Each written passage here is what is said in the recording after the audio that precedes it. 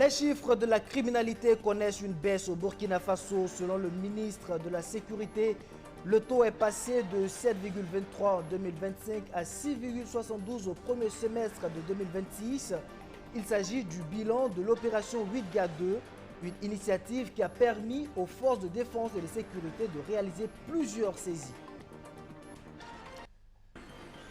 Longtemps dénoncés par les locataires pour leurs pratiques jugées abusives, les démarcheurs immobiliers sont désormais soumis à de nouvelles obligations. Le gouvernement veut assainir le secteur avec un dispositif qui encadre les commissions, limite certains frais et impose une carte professionnelle. Voici pour les titres. Bonsoir mesdames et messieurs et bienvenue. Engins, stupéfiants et plus de 140 millions de francs CFA issus de diverses saisies. Le bilan de l'opération 8GA2 a été présenté ce 8 juillet 2026 par les responsables des forces de sécurité, le ministre Mamadou Sana et les officiers supérieurs des différents états-majors ont également fait le point sur les résultats obtenus de la lutte contre la criminalité. On retient que l'opération a permis de réduire le taux de criminalité au premier trimestre de 2026 dans le pays. Le compte-rendu de Benjamin Kwame. Entre le 28 avril et le 22 juin 2026, plus de 36 000 personnels des forces de défense et de sécurité ont été déployés sur toute l'étendue du territoire pour l'opération 8GA2. Dans leur mission visant à sécuriser les personnes et les biens, près de 1800 individus ont été interpellés pour des faits présumés de terrorisme ou de grand banditisme. Elles ont permis l'interpellation de 1798 personnes, dont 625 ont été déférées devant les juridictions compétentes pour des faits présumés de terrorisme, de grand banditisme, de vol. L'opération 8GA2 a également conduit à la saisie de 7076 engins à 2, 3 ou 4 roues et au recouvrement de 140 572 600 francs CFA au titre des amendes forfaitaires. Cela a été possible grâce aux patrouilles, au contrôle de circulation, d'identité et de documents, grâce à l'interpellation et l'arrestation de ces grands bandits au cours de ces derniers mois. Le ministère de la Sécurité souligne que le taux de criminalité est en baisse au Burkina Faso. En 2025, nous étions à 7,23 pour 100 000 habitants. Au premier trimestre, nous étions à 6,72 pour 100 000 habitants. Et je crois bien au deuxième trimestre, nous sommes tombés à 6,13 pour 100 000 habitants.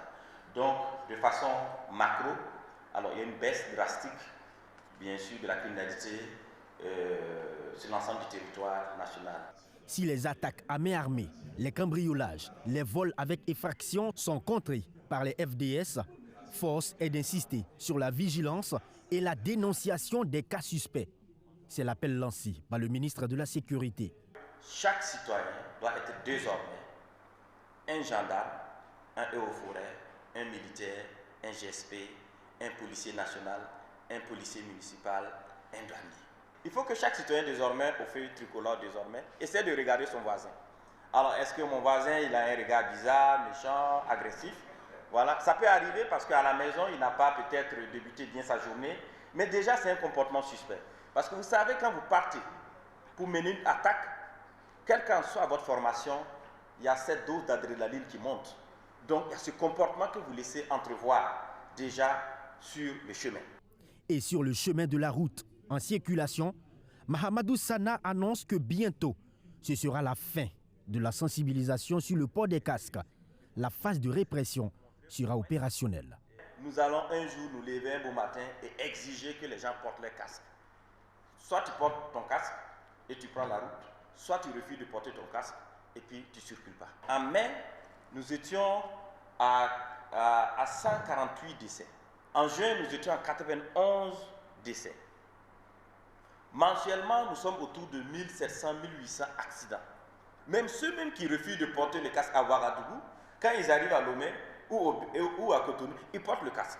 Donc, ce qui veut dire que les gens sont capables de porter les casques. En invitant les populations à rester engagées aux côtés des forces de défense et de sécurité pour les différentes missions, le ministre de la Sécurité a saisi l'occasion pour lancer l'opération WIBGA 3. Elle sera axée sur les actions de prévention et les actions de répression. La sécurité reste un enjeu majeur, mais le développement économique demeure également au cœur des préoccupations. Direction à présent le secteur minier avec l'ouverture ce mardi à Ouagadougou de la 3e édition du Forum Mines organisé par la Chambre des mines du Burkina. Cette rencontre réunit pendant 3 jours les acteurs du domaine autour de l'avenir de l'exploitation minière, car si l'or continue de jouer un rôle essentiel dans l'économie nationale, cette richesse pose aussi d'importants défis, garantir la sécurité des travailleurs, préserver l'environnement et promouvoir une exploitation plus responsable et durable des ressources. Leila Yampa. Des innovations qui attirent le regard, des technologies qui suscitent la curiosité. Nous sommes au cœur des stands d'exposition de la 3e édition du Forum Mines, initié par la Chambre des mines du Burkina Faso. L'édition 2026 est placée sous le thème « Environnement, santé, sécurité. Libérer le plein potentiel minier ».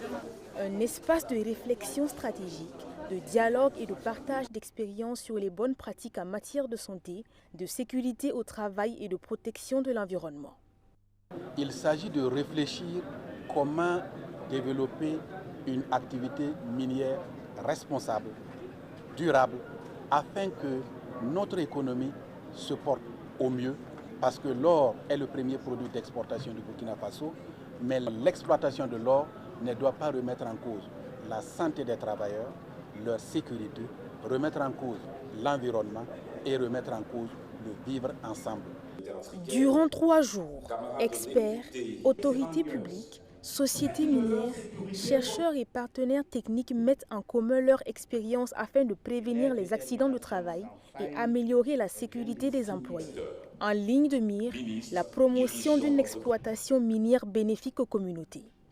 Nos échanges porteront notamment sur la réhabilitation et la fermeture des sites miniers, la gestion des déchets et des pollutions, l'adaptation au changement climatique, l'innovation technologique et la digitalisation des pratiques HSE, la gestion des crises et des situations d'urgence, ainsi que le dialogue communautaire et l'acceptabilité sociale des projets miniers.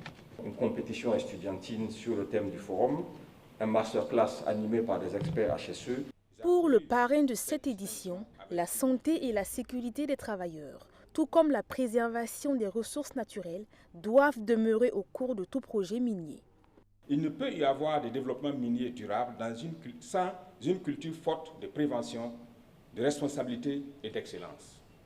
Libérer le plein potentiel minier, ce n'est pas seulement produire davantage, c'est implémenter des valeurs d'excellence pour l'atteinte d'une production durable, c'est faire de chaque mine un espace où la sécurité est une priorité absolue, c'est garantir à chaque travailleur le droit de rentrer sain et sauf auprès de sa famille à la fin de chaque journée de travail. Du 7 au 9 juillet, le Forum Mines 2026 rappelle que l'avenir de l'industrie extractive se mesure aussi à sa capacité à protéger les femmes et les hommes qui y travaillent, tout en préservant les ressources naturelles pour les générations futures. Place à présent aux défis environnementaux et à la protection des populations face aux effets du changement climatique. Les catastrophes naturelles frappent de plus en plus durement le Burkina Faso. Inondations, sécheresses, pertes de récoltes. Chaque année, des milliers de producteurs en subissent les conséquences. Pour ne plus seulement intervenir après les crises, le pays veut désormais miser sur l'anticipation. Une stratégie nationale d'action anticipatoire est en cours de finalisation et a été soumise aux observations des acteurs ce mardi 8 juillet à Ouagadougou, Océane Daboné. En 2024, les inondations ont affecté plus de 9400 hectares de terres agricoles au Burkina Faso. Au cours de la même année, 7018 hectares de cultures ont été détruites.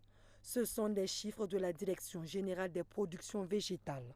À cela s'ajoutent plus de 26 000 ménages touchés par la sécheresse lors de la campagne agricole 2023-2024.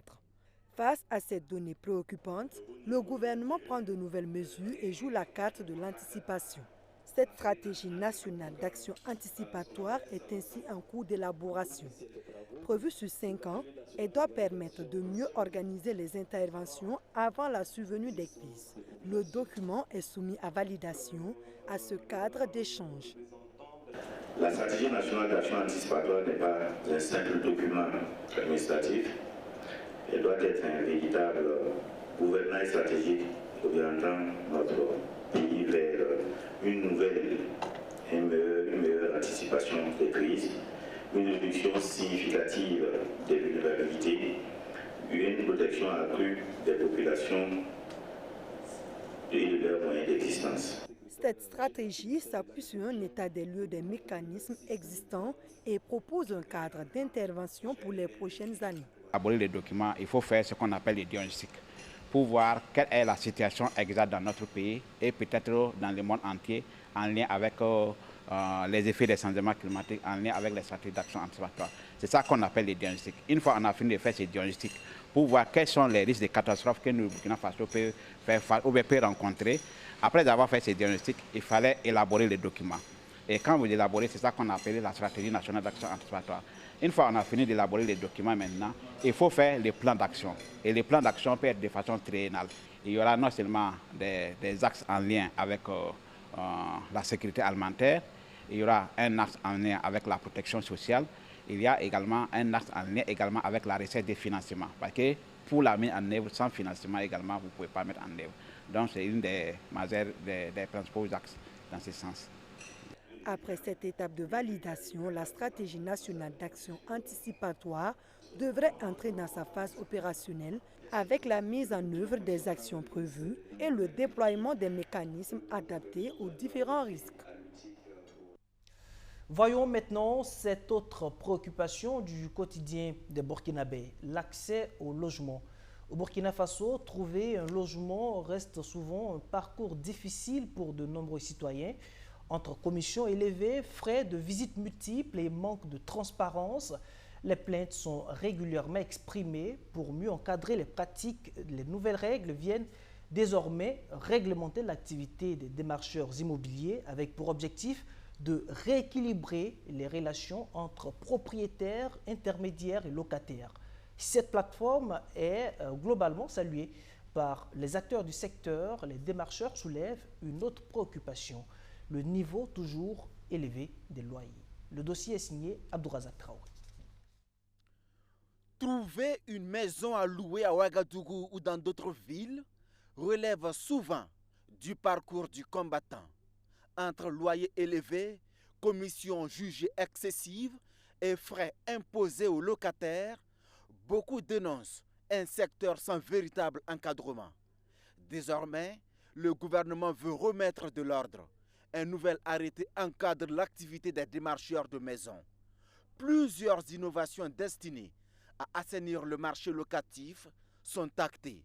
Parmi les principales mesures, la commission du démarcheur pour les logements non meublés. Elle est désormais plafonnée à 50% d'un mois de loyer, contre souvent un mois entier auparavant. La commission est d'ailleurs à la charge exclusive du bailleur en cas d'entente.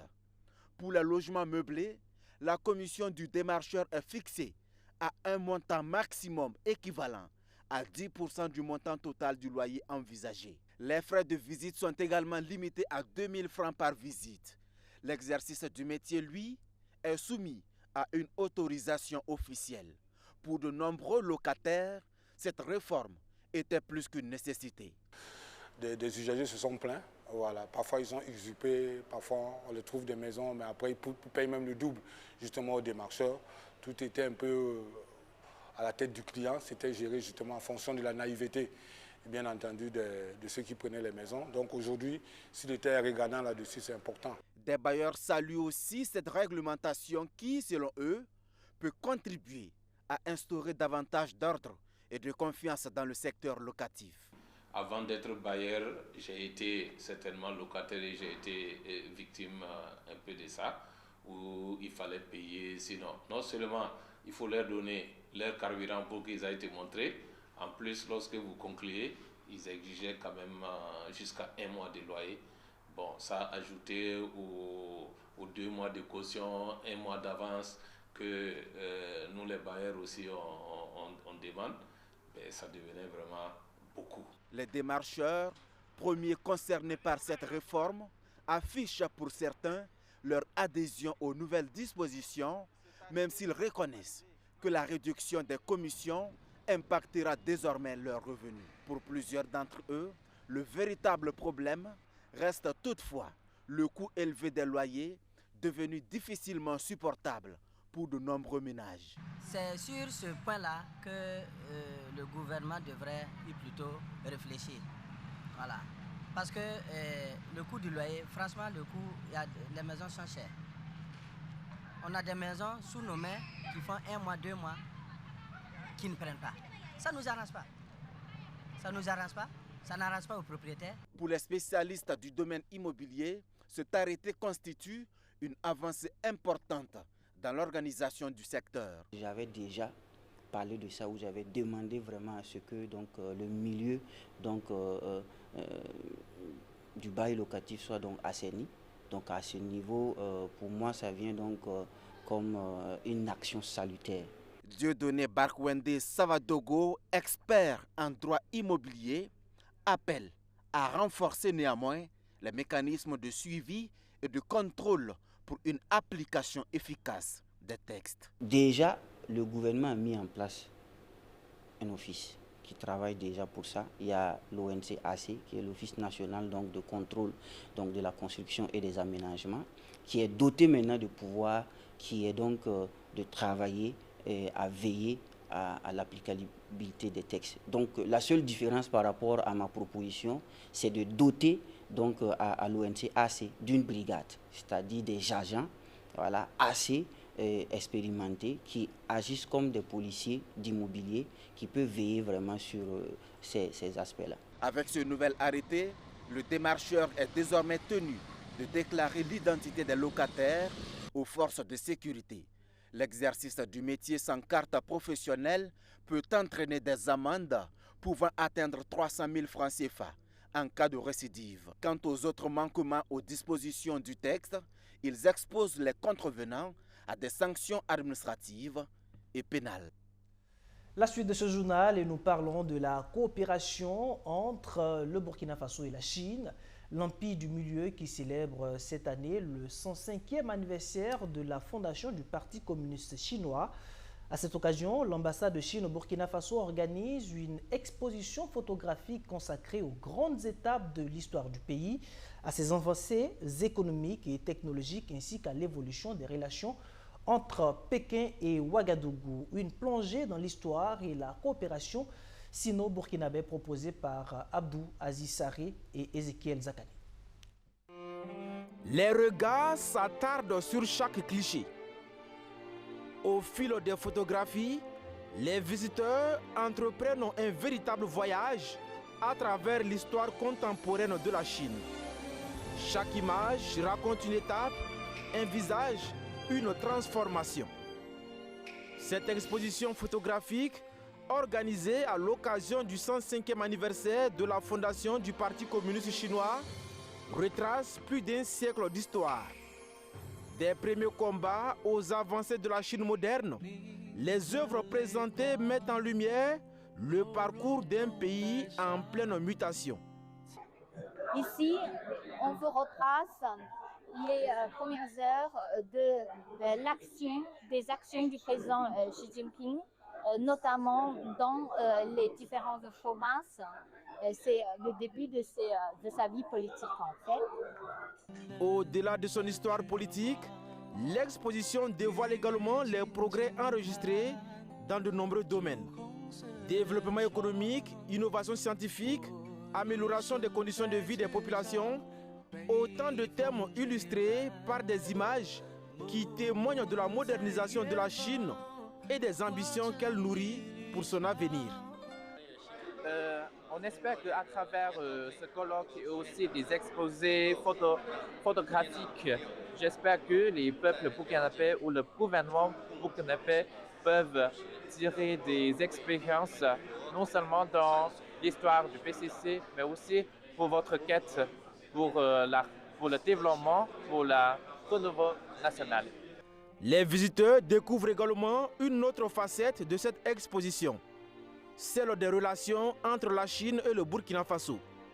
Plusieurs photographies reviennent sur les moments marquants de la coopération entre les deux pays, mettant en avant des projets réalisés dans un esprit de partenariat et des liens d'amitié qui se sont renforcés au fil des années.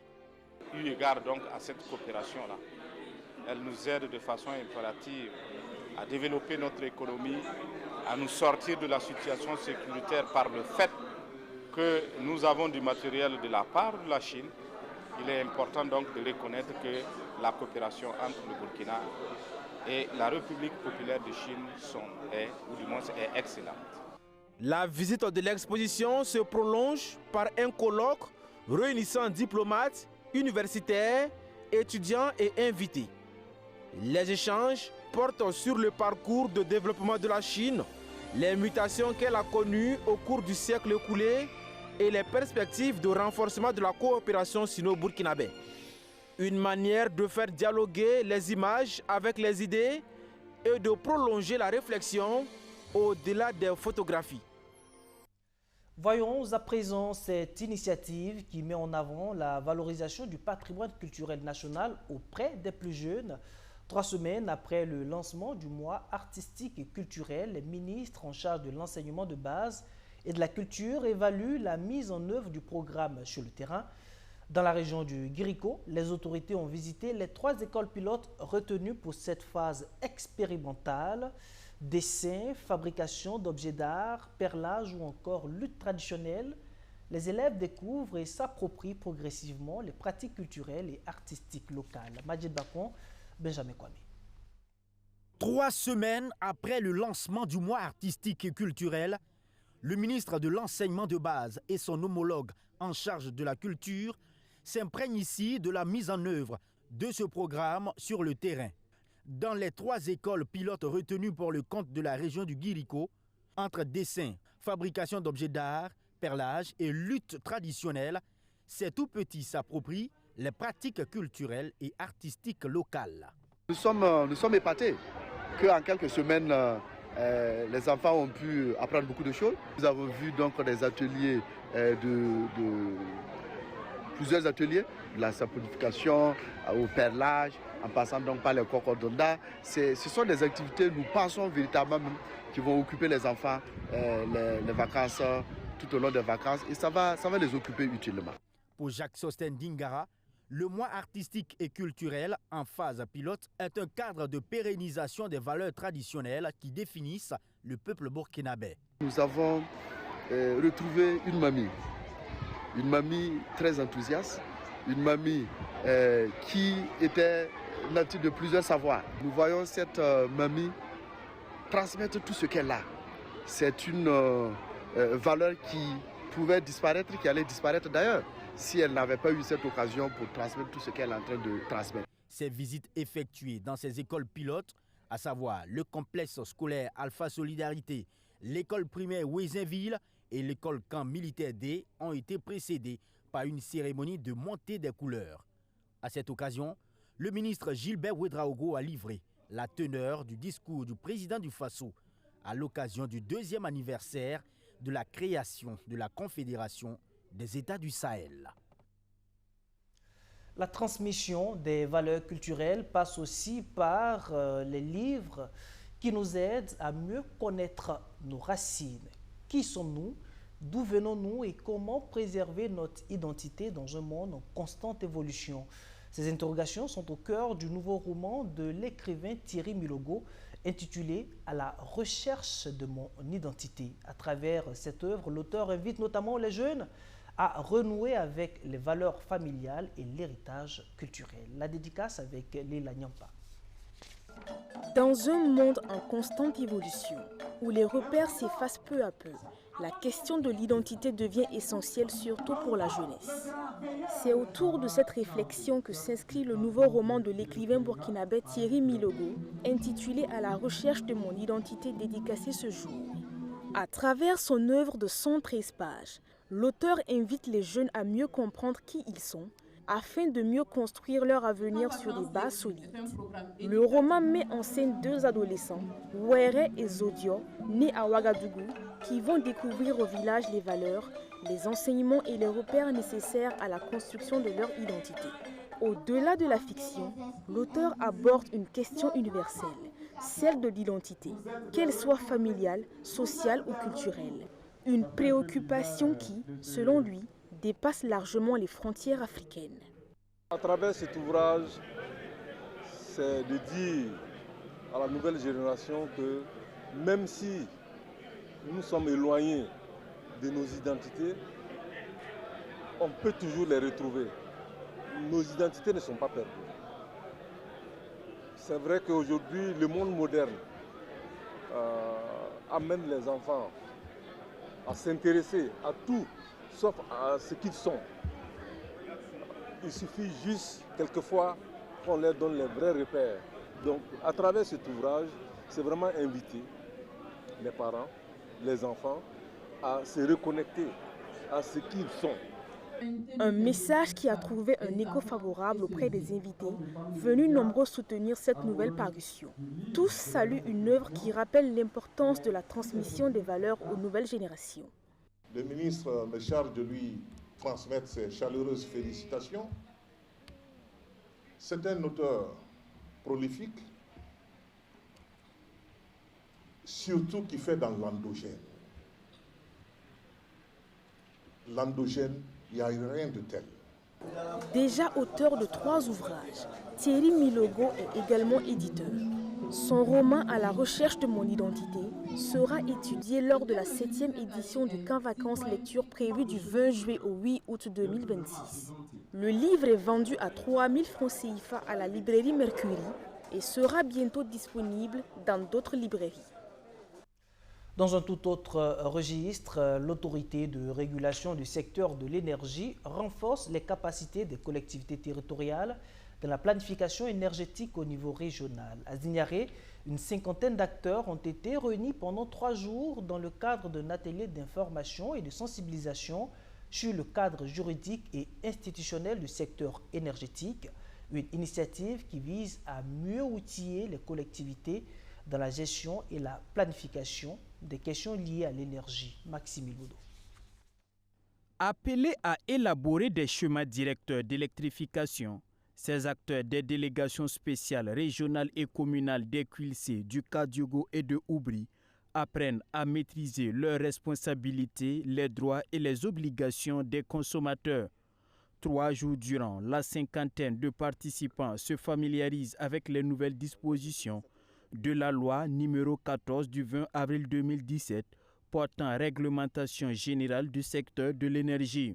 Une collectivité bien informée planifie plus efficacement ses investissements, sécurise la mise en œuvre de ses projets, protège les intérêts des usagers et contribue pleinement à la réussite des politiques publiques. Ce secteur stratégique ne peut produire ses effets escomptés que s'il repose sur une gouvernance fondée sur un cadre juridique clair, une régulation efficace et des acteurs conscients de leurs droits, de leurs devoirs et de leurs responsabilités. À l'initiative de l'autorité de régulation du secteur de l'énergie ARS, l'idée est de permettre à ses participants de mieux planifier la politique énergétique au niveau local, protéger les intérêts des consommateurs et maîtriser les politiques tarifaires. Cette politique tarifaire voudrait effectivement qu'on ait un tarif égalitaire pour tous les Burkinabés. Bon, cela ne veut pas dire que tous les Burkinabés paient la même chose quand ils consomment, parce qu'il y a des niveaux de consommation. Mais à catégorie égale et consommation égale, c'est le même prix. Cette même loi reconnaît aux collectivités territoriales une place déterminante dans la gouvernance du secteur. Elle leur confère une responsabilité centrale dans la planification et la mise en œuvre des politiques énergétiques. Une meilleure appropriation du cadre juridique et institutionnel contribuera à améliorer la gouvernance énergétique, indique le président de l'autorité.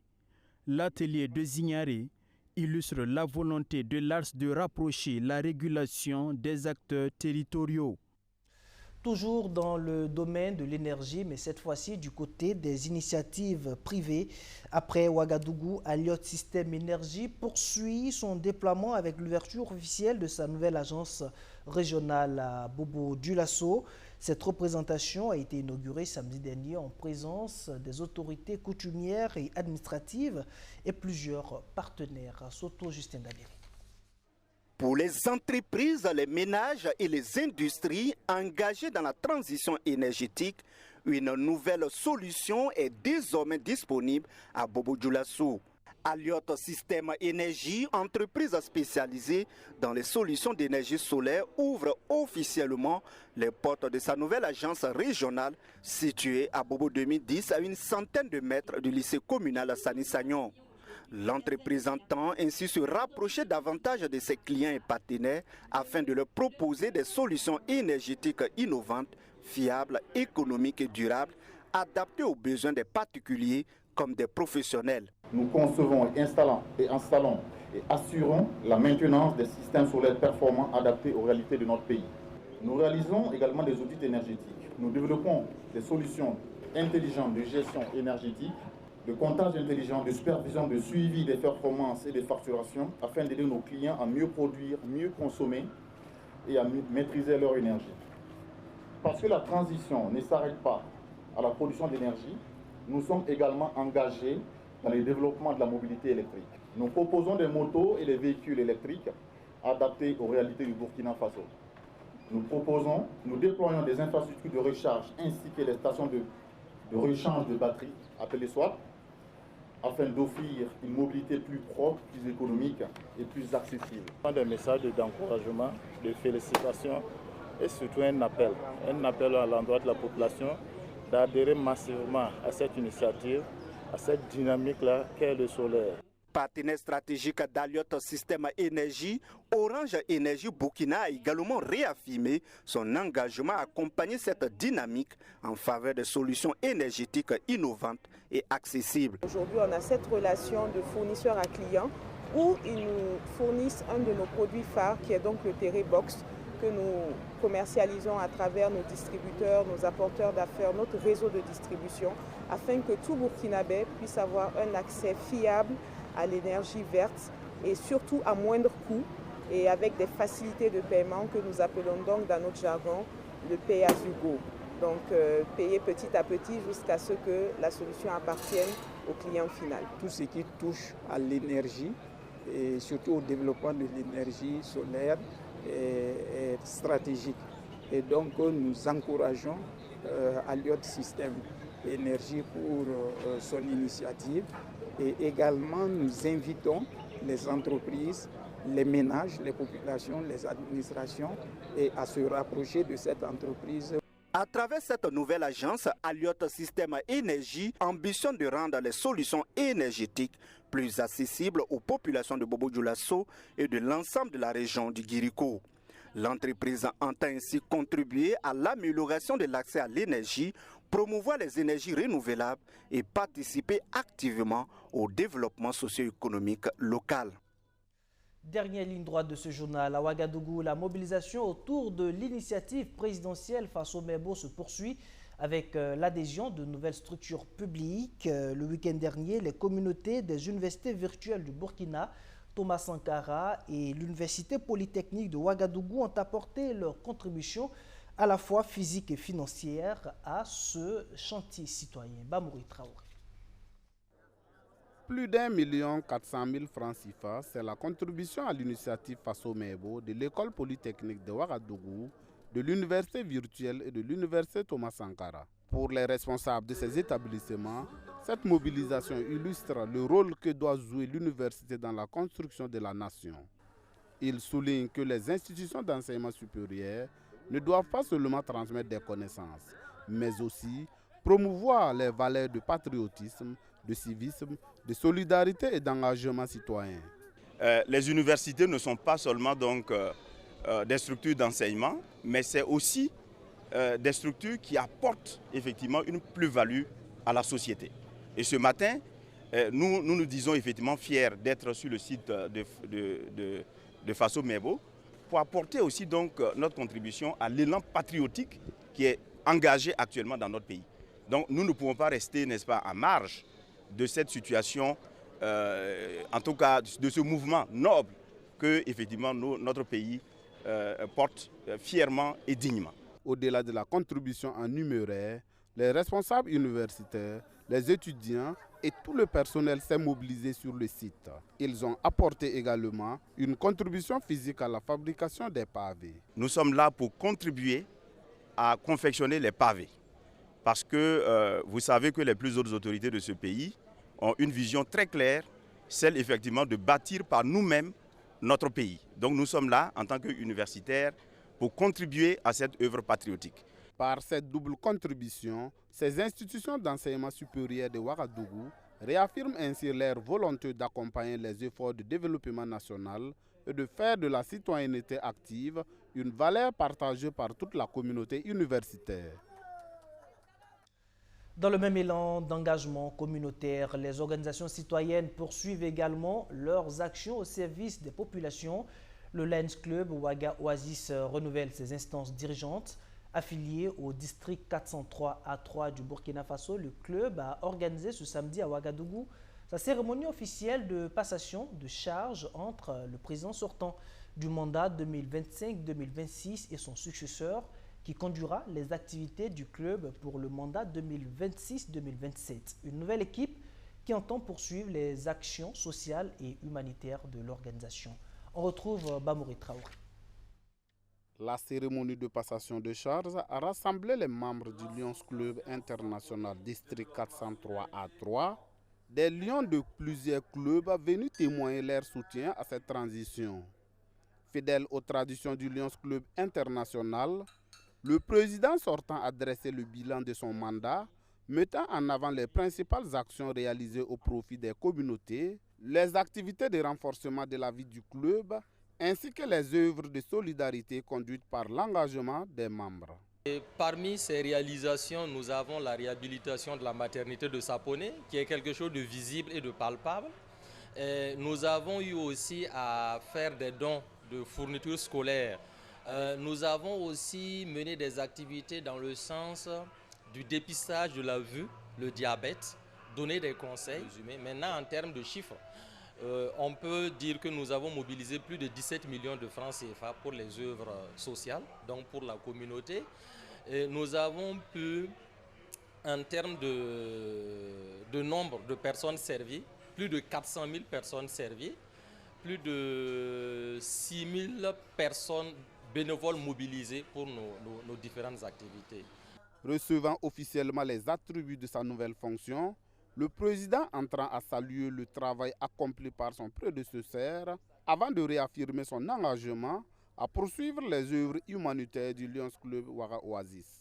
C'est de la proximité d'abord, c'est-à-dire qu'il faut qu'on continue la proximité avec les communautés, toujours continuer à servir. Et puis le deuxième aspect, c'est le rayonnement. Poursuivre le rayonnement du lionisme dans nos communautés. Et puis participer à agrandir le Lions Club Ouagadougou Oasis en faisant venir de nouveaux membres. Avec cette nouvelle équipe dirigeante, le Lions Club International Ouaga Oasis ouvre une nouvelle page de son histoire, portée par l'ambition de renforcer son impact social au Burkina Faso à travers des actions de santé, d'éducation, d'assistance aux personnes vulnérables et de développement communautaire en droite ligne de la mission du Lions Club International. Voilà, c'est la fin de ce journal, mais l'information se poursuit sur BF1. Rendez-vous tout à l'heure à 21h avec Kwame Hervé Dapa dans Ligne de Mire. Votre magazine vous emmène au cœur de la formation des VDB agricoles. Ces acteurs engagés dans la production agricole est considéré comme un maillon essentiel de l'initiative présidentielle pour la production agricole et l'autosuffisance alimentaire. Quant à moi, je vous retrouve demain pour un autre journal. D'ici là, portez-vous bien. Bonsoir.